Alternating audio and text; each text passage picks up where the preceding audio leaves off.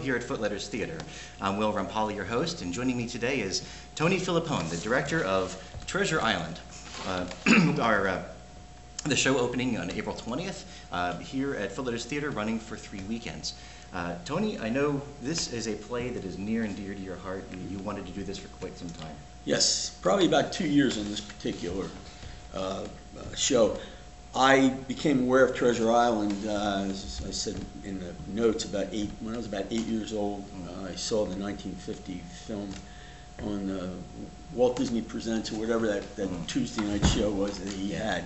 And I guess at that time the show was about 4 years old, or the movie had been out about 4 years. And I was 8 years old, and the pirates just captured my imagination. It was a couple of years ago, and I was looking through the Samuel French catalog, and I saw this, and I saw it was an adaptation by Ken Ludwig, who is one of America's most prolific current playwrights, and certainly one of my favorites. So I like Ken Ludwig, and even though he typically writes in a farcical style, this one was a straight adaptation that I think he wrote primarily for his 2 young children, because he's about my age, and he shared the same affection for this story that I do.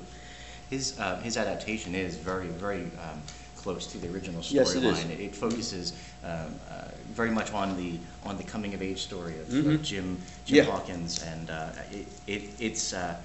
and of course it also has the wonderful swashbuckling aspects, the big pirates, the larger than life characters. It has everything that you want. It's fabulous. It's not a farce. It's not a musical. This is absolutely a story of that Jim Hawkins, everything that happens to him, and that coming of age story.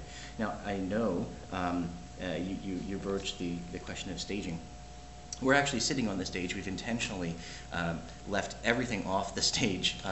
We are surrounded by very large set pieces. This is absolutely a very, very big production. And when you come and see this show, you're going to be surprised by ships appearing on the stage and all sorts of crazy things. I want to speak a little bit about how you were able to get such fabulous large set pieces built in the theater somehow.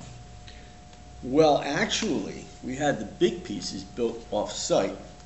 Our set designer, Bruce Warren, is a very dear friend of mine, built the stuff off-stage in his workshop, or off-site, I should say, and we went and picked it up right before we had our first set building.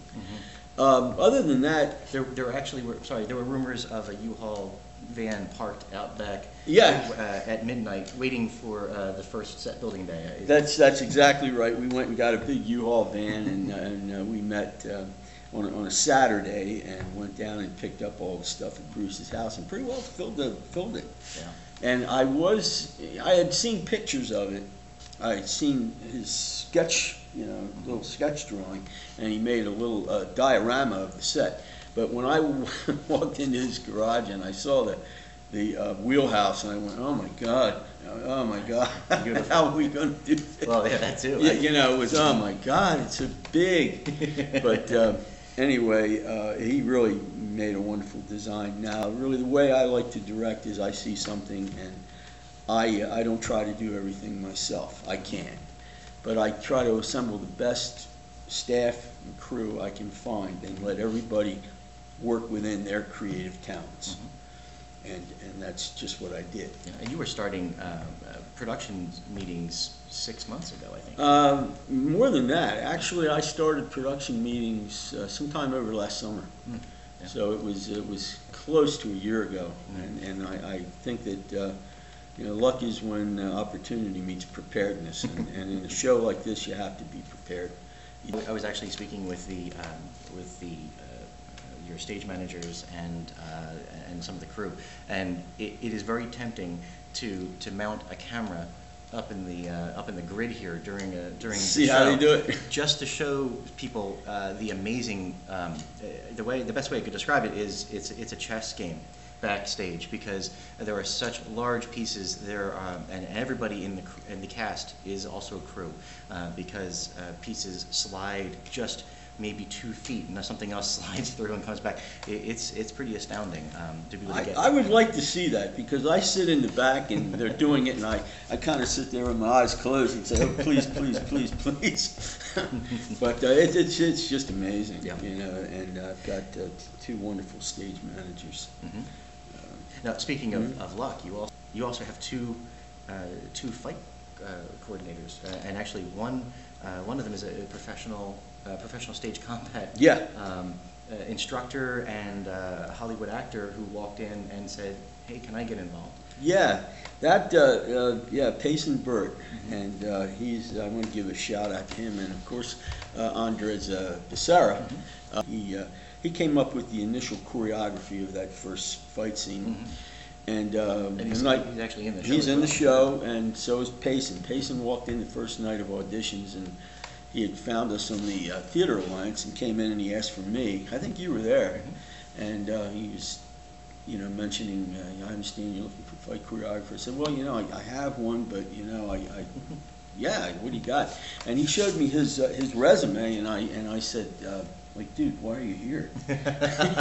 He worked the guys in the sword fighting scenes, and the opening scene, which I kind of equate to the prologue in West Side Story. It's that in itself is almost worth the price of admission.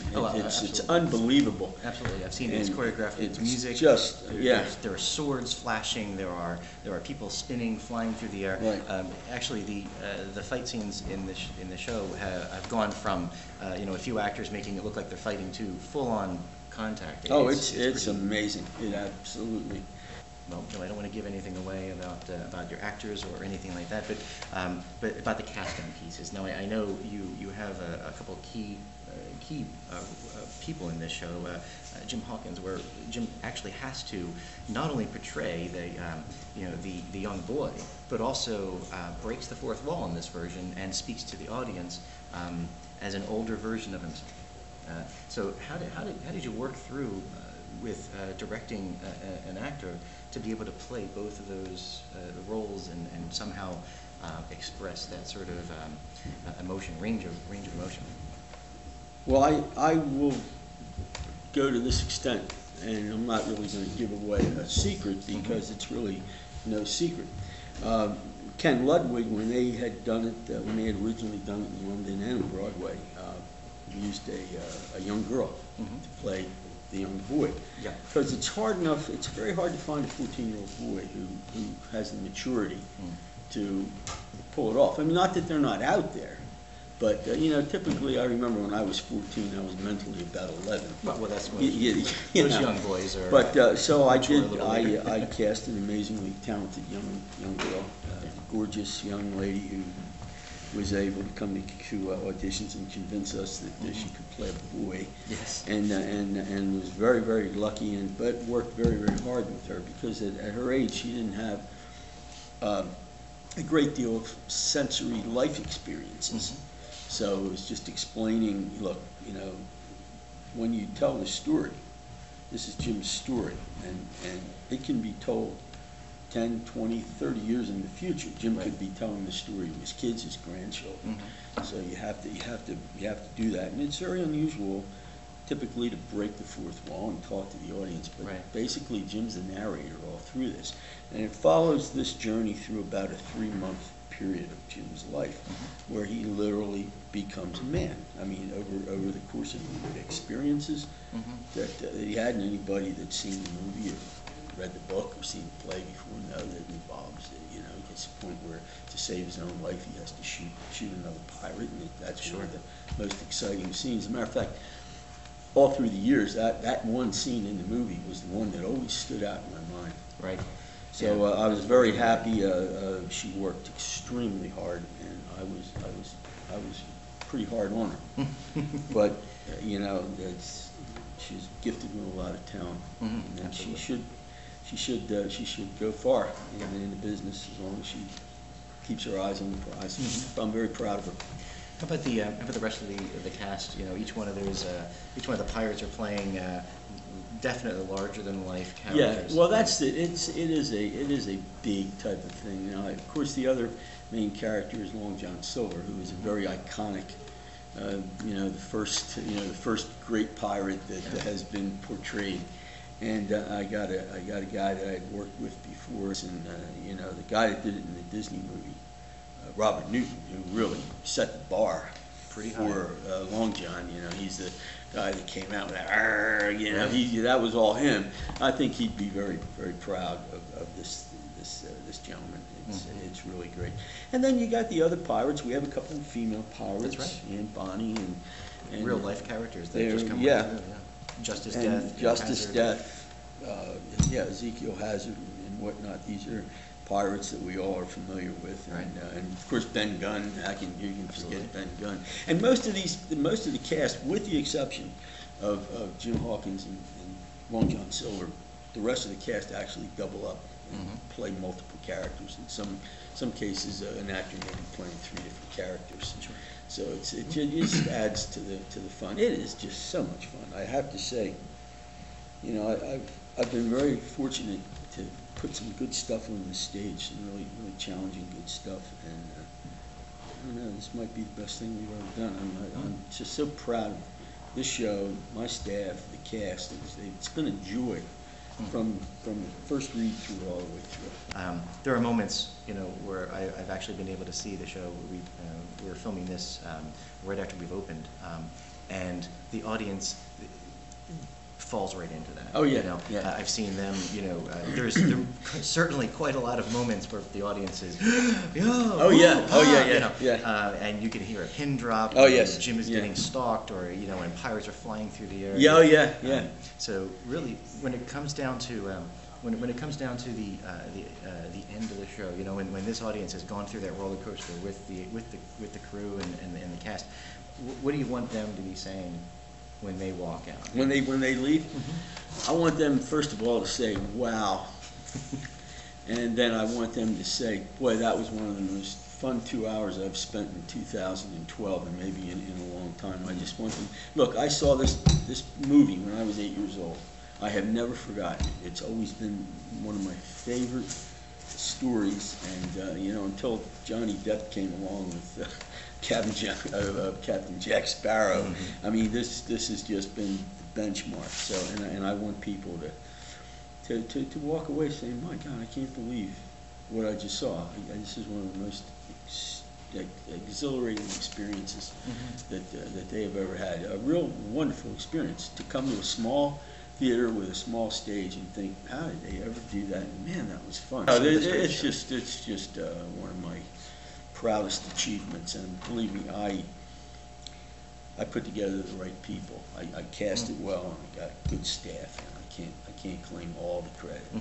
You know, everybody jumped into it with vigor and enthusiasm and talent, and everybody just really went above and beyond. Yeah. I couldn't have asked for a better crew or a better cast. It all comes together. It's amazing. It's wonderful. So again, Treasure Island opened on April 21st, running 20th. Absolutely. I'm sorry. Thank you. Open on April 20th, running all the way through for the next 3 weeks. Closing night on May 5th.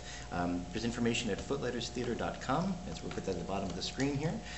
You can also call the box office 610-296-9245. Thanks a lot. Thank you very much, Tony. Enjoy the rest of the run.